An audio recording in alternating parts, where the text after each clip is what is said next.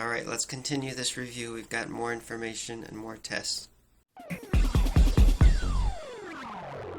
Now, first of all, this is not the same camera.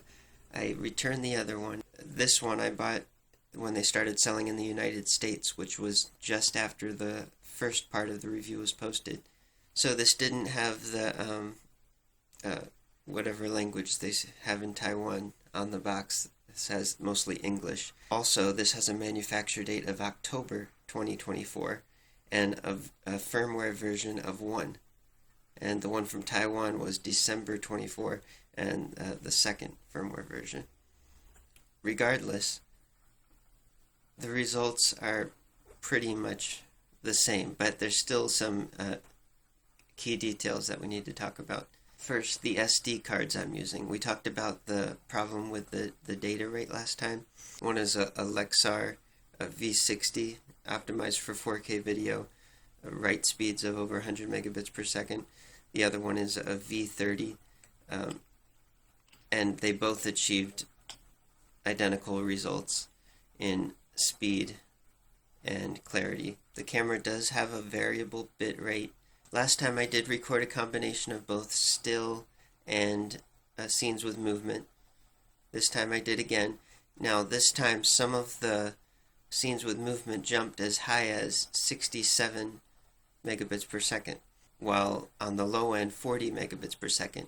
And that's while I was in doing moving shots with either 60p mode at half width or 30p mode in full width, aka 8K. But still, the half width 30p mode still stays at about 35 megabits per second, just like last time. And in fact, the variable rate on the higher end modes got even lower. For instance, when I did shots with less movement in full width side by side, it was as low as 22 megabits per second, and in the 60p mode half width as low as 15 megabits per second. Even for a video with little movement, that's not good. So again, the half width 4K mode at 30 frames a second, which runs at 35 megabits per second data rate, still ends up being the clearest mode to record at. So there's a couple things to point out. First, let's just watch some of these new sample clips. And P.S., if you're a channel member, you have the option to go see this video in 3D. But regardless, you'll be able to assess the quality from the 2D version.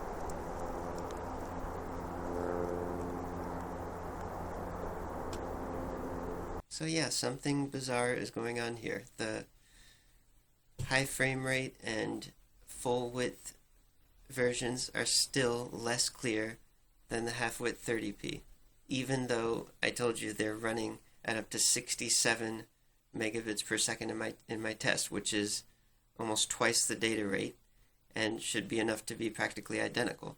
But as you could see in those shots, the settings with the so-called higher specs are less clear. The details are softer, they look mushier. But putting that aside, I think the bit rate is still somewhat of a problem. Even on the mode where it works acceptably, the 4K 30 mode, I think they still should have opted for a higher bit rate because compression artifacts are still a problem. You can still see them sprinkled, riddled here and there, fluttering throughout the screen. And when you're watching in 3D and you got different compression artifacts in each eye, that's still an issue. It doesn't ruin it or anything, but it's just not what it could be. And P.S., someone asked if this so-called HDR mode that's only available on the 30 frames per second, if that's 10-bit. No, it's 8-bit. So I don't know if the HDR just means pumping up the color very slightly or artificial sharpening even, who knows. And as was mentioned last time, the still photos are decent. Nothing to write home about. Definitely it won't be good as your phone camera, most likely, which is pretty unfortunate in 2025. But the still photos are somewhat acceptable. The 3D is what makes it. You'll see that there's inconsistencies. Look even between the left and right eye lenses. You'll see the left eye is out of focus and the netting on my hat is just a white blur, and which is very different from the right eye view. A couple other things to point out, just random stuff I noticed. The covers, when I first got it in, that protect the lenses, they left a sticky residue on the lens. I'm not sure how that happened. The one from Taiwan didn't do that, but this one did. Thankfully it wasn't on the center part of the lens, but it was around the edges. And one other minor quirk is the micro SD card slot. It's, of course, you push it to unlock it and it'll eject a little bit and then you can grab it. However, the positioning of it is within an indentation and it's very hard to grab. And I have delicate little fingertips, and it's hard for me to get at it and to pull it out even after it was pushed out in its ejected state. So I can imagine other folks might find it even harder. But again, the pros are that this has strong 3D depth, nice eye width, interaxial, so you get stronger depth than a lot of other 3D cameras. And the 4K 30 mode still works nicely, acceptably in good lighting. It's a good outdoor camera for that mode.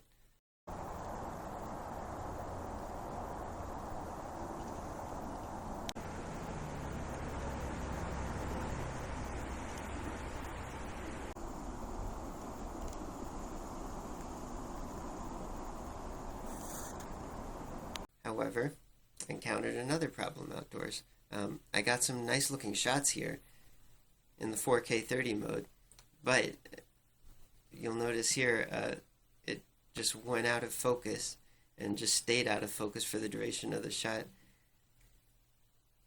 You can touch to focus, but you might not even notice it's out of focus on the tiny screen, which I didn't at the time. So yeah, so many little things that they didn't quite get right.